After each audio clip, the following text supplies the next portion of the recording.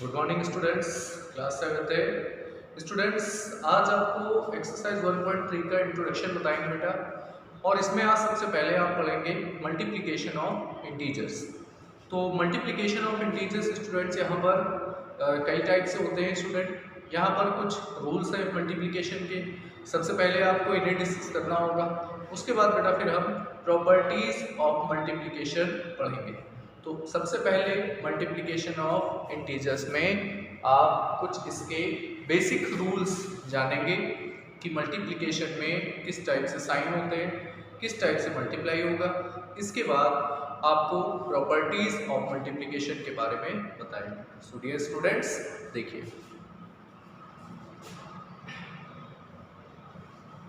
सबसे पहले बेटा मल्टीप्लाई में रूल नंबर 1। देखिए स्टूडेंट, सबसे पहले क्या करना है आपको,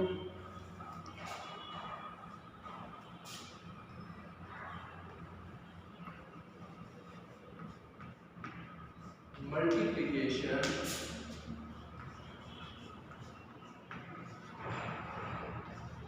of a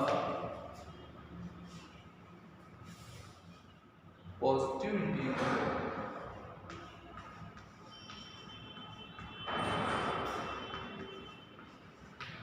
multiplication of a positive integer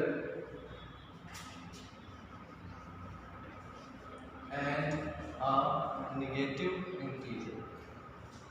multiplication में पॉजिटिव इंटीजर और निगेटिव इंटीजर का मल्टीप्लाई सबसे पहले आपको देखना होगा। देखिए स्टूडेंट, सबसे पहला रूल है यहाँ पर multiplication of a positive integer and a negative integer. जब आपको एक पॉजिटिव इंटीजर गिवन होगा और आपको एक नेगेटिव इंटीजर गिवन होगा, तब आप मल्टीप्लिकेशन कैसे करेंगे। देखिए, जैसे आपके पास एक ए पॉजिटिव इंटीजर गिवन है और इसमें बेटा आपको माइनस डी से मल्टीप्लाई करना है। ये नेगेटिव इंटीजर है, देखिए इसमें ये वाला पॉजिटिव इंटीजर है।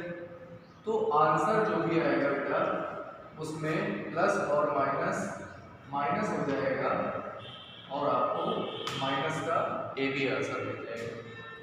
ये रूल बेटा कब एप्लीकेबल होगा, जब एक पॉजिटिव इंटीजर होगा और एक नेगेटिव इंटीजर होगा।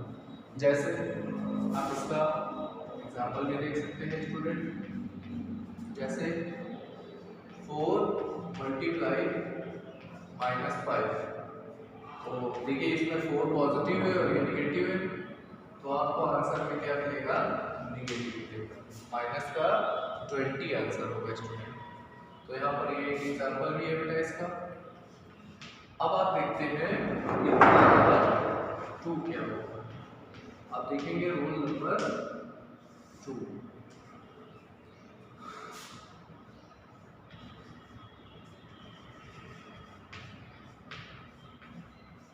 multiplication of two positive numbers। बेटा अब सेकेंड रूल क्या है, अब आप देखेंगे मल्टीप्लिकेशन ऑफ 2 पॉजिटिव नंबर्स। इसका मीन्स क्या हुआ बेटा, इसका मीन्स ये हुआ कि जो फर्स्ट इंटीजर होगा वो पॉजिटिव गिवन होगा और जो सेकंड इंटीजर होगा वो भी आपको पॉजिटिव गिवन होगा। तो देखिए जैसे आपके पास एक इंटीजर ए और आपको इसमें एक इंटीजर बी से मल्टीप्लाई करना होगा। तो देखिए ए का जो साइन है वो पॉजिटिव है, यानी ए पॉजिटिव, और डी भी यहाँ पर क्या है, पॉजिटिव। यानी दोनों जो ये बोथ इंटीजर्स क्या है, पॉजिटिव इंटीजर्स है। तो आंसर क्या होगा, आंसर बी पॉजिटिव आएगा। और पॉजिटिव का साइन आप यूज कर सकते हैं, अदरवाइज आप बिना यूज किए भी आप इसको ऐसे लिख सकते हैं। तो स्टूडेंट्स, यहाँ पर आपने देखा 2 रूल्स हो गए हैं। अब आप यहाँ पर बेटा एक रूल और देखेंगे, टोटल आपको 3 रूल्स पढ़ने होंगे। तो अब रूल नंबर 3 देखेंगे बेटा। देखिए students, now third rule is multiplication of a negative number, negative integer and a negative integer. इसका मीन्स ये हुआ कि आपको दोनों इंटीजर्स नेगेटिव गिवन होंगे, यानी दोनों इंटीजर्स अगर नेगेटिव गिवन होंगे तो आप कैसे करेंगे? तो देखिए students, minus A multiply by minus B. तो देखिए माइनस ए और माइनस बी, देखिए यहाँ पर दोनों इंटीजर निगेटिव है तो यहाँ पर दोनों का साइन भी सेम है।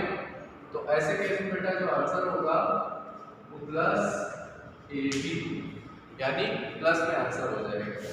जैसे आप इसका एक एग्जांपल ले सकते हैं, जैसे हमारे पास माइनस का 4 गिवन है और इसमें स्टूडेंट्स माइनस का 6 मल्टीप्लाई करना है आपको। तो -4 और -6 का मल्टीप्लाई देखिए क्या होगा, दोनों साइन यहाँ पर निगेटिव होंगे तो निगेटिव और निगेटिव का मल्टीप्लाई प्लस होता है क्या, पॉजिटिव होता है। 4 और 6 का मल्टीप्लाई 64 आएगा। तो यहाँ पर ये हमारा फाइनल आंसर होगा। तो अब बेटा यहाँ पर मल्टीप्लिकेशन में आपको एक शॉर्ट रूल याद रखना होगा। देखिए बेटा क्या है, देखिए बेटा समरी मल्टीप्लिकेशन के लिए क्या होगी, पहली फर्स्ट समरी ये होगी कि यहाँ पर एक पॉजिटिव साइन होगा और एक निगेटिव होगा। पॉजिटिव और निगेटिव का मल्टीप्लाई निगेटिव होता है, आपको ये ध्यान रखना होगा। दूसरा बेटा, अगर पॉजिटिव नंबर है और उसमें भी आप पॉजिटिव नंबर से मल्टीप्लाई करेंगे तो आंसर भी क्या होगा, पॉजिटिव होगा बेटा। और थर्ड क्या है शॉर्ट समरी, यहाँ पर अगर नेगेटिव साइन है और उसमें आप मल्टीप्लाई भी नेगेटिव साइन से करेंगे तो आंसर जो आएगा वो पॉजिटिव होगा। देखिए यहाँ पर क्या है, यहाँ पर सेम साइन है और सेम साइन का मल्टीप्लाई में प्लस होता है, और यहाँ पर देखिए क्या है, अपोजिट साइन है। तो आपको बेटा ये ध्यान रखना होगा कि जब प्लस और माइनस का मल्टीप्लाई होगा तो माइनस में आंसर होगा, जब दोनों प्लस नंबर होंगे तो आंसर प्लस में होगा, और जब दोनों नंबर्स नेगेटिव होंगे, बोथ नंबर्स नेगेटिव होंगे तो आंसर भी पॉजिटिव होगा। तो आपको बेटा ये यहाँ पर ध्यान रखना होगा। अब आप देखते हैं प्रॉपर्टीज ऑफ मल्टीप्लिकेशन। स्टूडेंट्स अब आपको प्रॉपर्टीज ऑफ मल्टीप्लिकेशन पढ़नी होगी।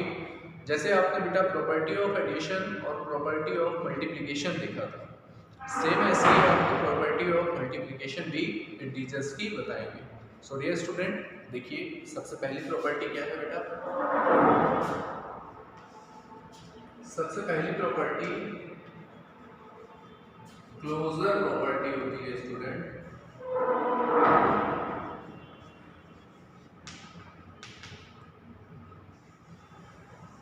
और यहाँ पर सबसे पहली स्टार्टिंग में जो सबसे पहली प्रॉपर्टी है उसको हम क्लोजर प्रॉपर्टी बोलते हैं। और क्लोजर प्रॉपर्टी के अकॉर्डिंग अगर आपके पास 2 इंटीजर्स गिवन है,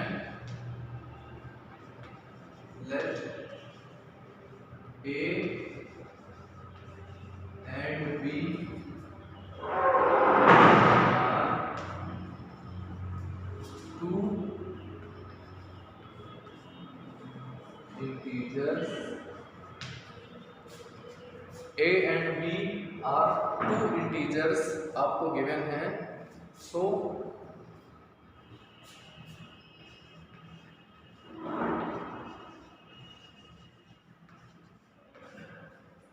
प्रोडक्ट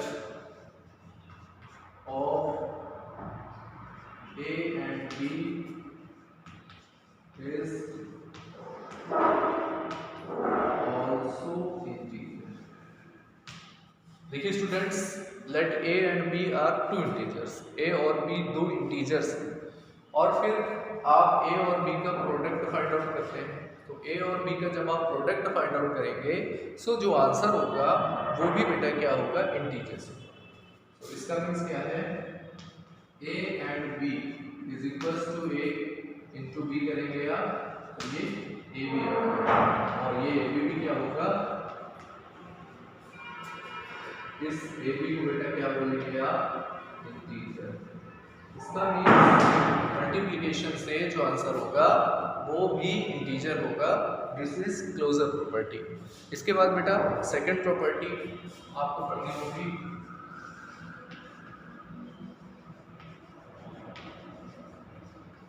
सेकंड प्रॉपर्टी का नेम होता है स्टूडेंट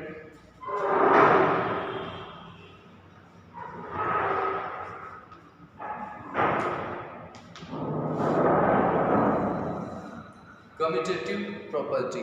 कम्यूटेटिव प्रॉपर्टी के मैंने आपको एडिशन में भी बेटा बताया था आपको। कम्यूटेटिव प्रॉपर्टी का मीन्स है जैसे आप ए एंड बी 2 नंबर का मल्टीप्लाई करेंगे, प्रोडक्ट करते हैं, तो बेटा आप उसको उसका जो ऑर्डर होगा आप उसको भी चेंज कर सकते हैं।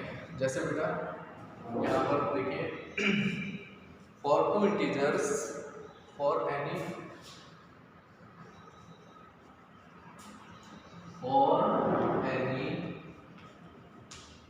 two integers a and b, we have a multiply b। Commutative property बेटा ये कहती है कि अगर आप a और b का मल्टीप्लाई करते हैं और आप अगर b और a का मल्टीप्लाई करते हैं तो बेटा आंसर सेम होंगे। इसका मीन्स क्या हुआ कि अगर आप कहीं पर भी 4 into 5 है तो आप उसको 5 into 4 भी लिख सकते हैं, यहाँ पर आंसर चेंज नहीं होगा। 4 into 5 20 होता है स्टूडेंट, और 5 into 4 भी 20 होता है। तो कम्यूटेटिव प्रॉपर्टी के अकॉर्डिंग हम लोग प्रोडक्ट में नंबर के ऑर्डर को चेंज कर सकते हैं। जैसे a इंटू बी होगा तो आप इसको b इंटू ए लिख सकते हैं। जैसे एग्जांपल मैंने आपको बताया 3 into 4 है तो 12 आंसर होगा, 4 into 3 12 आंसर होगा, यानी 4 और 3 को आप चेंज भी कर सकते हैं। इसके बाद बेटा थर्ड प्रॉपर्टी, इस थर्ड प्रॉपर्टी को बेटा हम लोग associative property, associative property.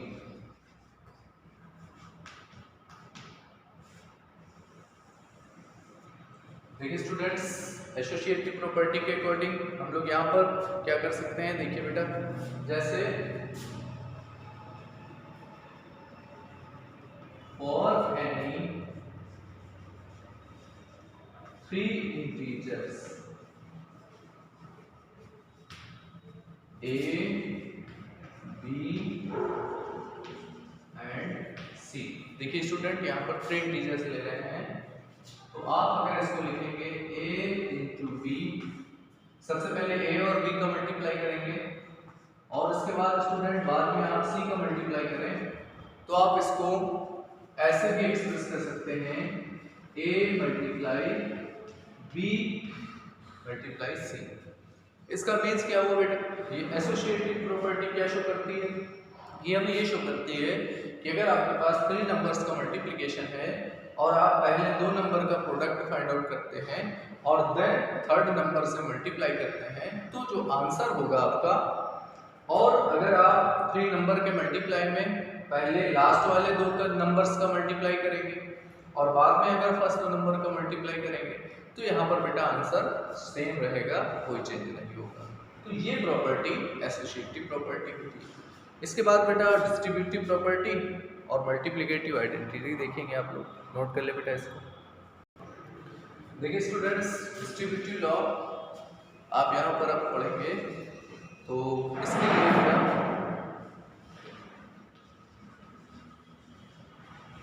For any 3 integers a b and c, 3 integers आपके पास गिवन है और इस तरह से मल्टीप्लिकेशन में ये मैंने बेटा a multiply b plus c। देखिए यहाँ पर b और c के बीच में एडिशन है और यहाँ पर ये मल्टीप्लिकेशन है a का।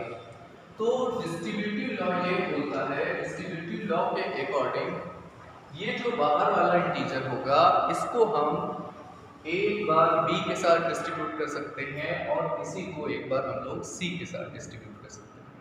तो इसको डिस्ट्रीब्यूटिव लॉ कहते हैं, डिस्ट्रीब्यूशन लॉ या डिस्ट्रीब्यूटिव लॉ भी बोलते हैं बेटा।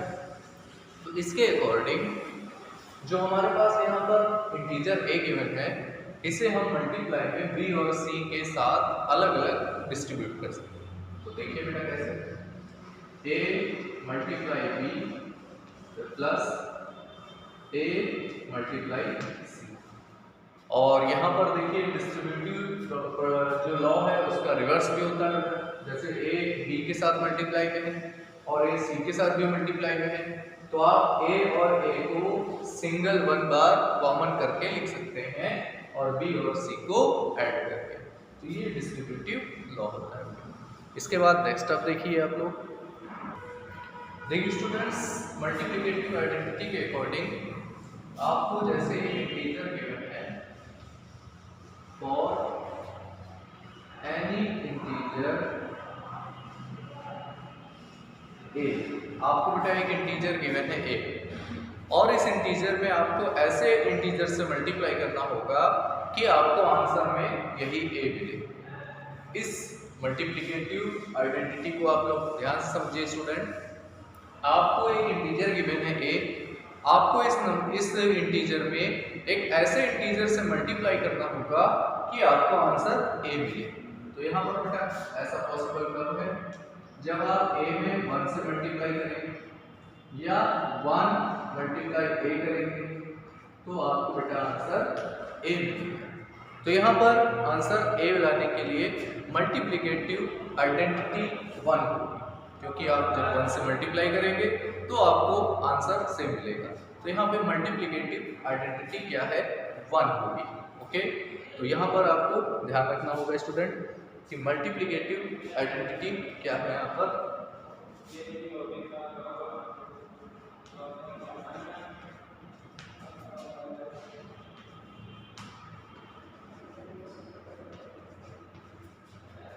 मल्टीप्लिकेटिव आइडेंटिटी यहाँ पर 1 होगी, क्योंकि 1 ऐसा नंबर है जिसका मल्टीप्लाई करने से इंटीजर सेम है। अब आप देखिए मल्टीप्लिकेटिव इनवर्स क्या होगा, फॉर एनी इंटीजर a। देखिए स्टूडेंट, मल्टीप्लिकेटिव इनवर्स की बात कर रहे हैं। अब आपको इस a में ऐसे नंबर से मल्टीप्लाई करना होगा कि आपको 1 मिल जाए। तो बेटा यहाँ पर a है, आप इसका 1/a से मल्टीप्लाई करेंगे तो आपको आंसर 1 मिलेगा। तो स्टूडेंट मल्टीप्लिकेटिव इनवर्स क्या है यहाँ पर,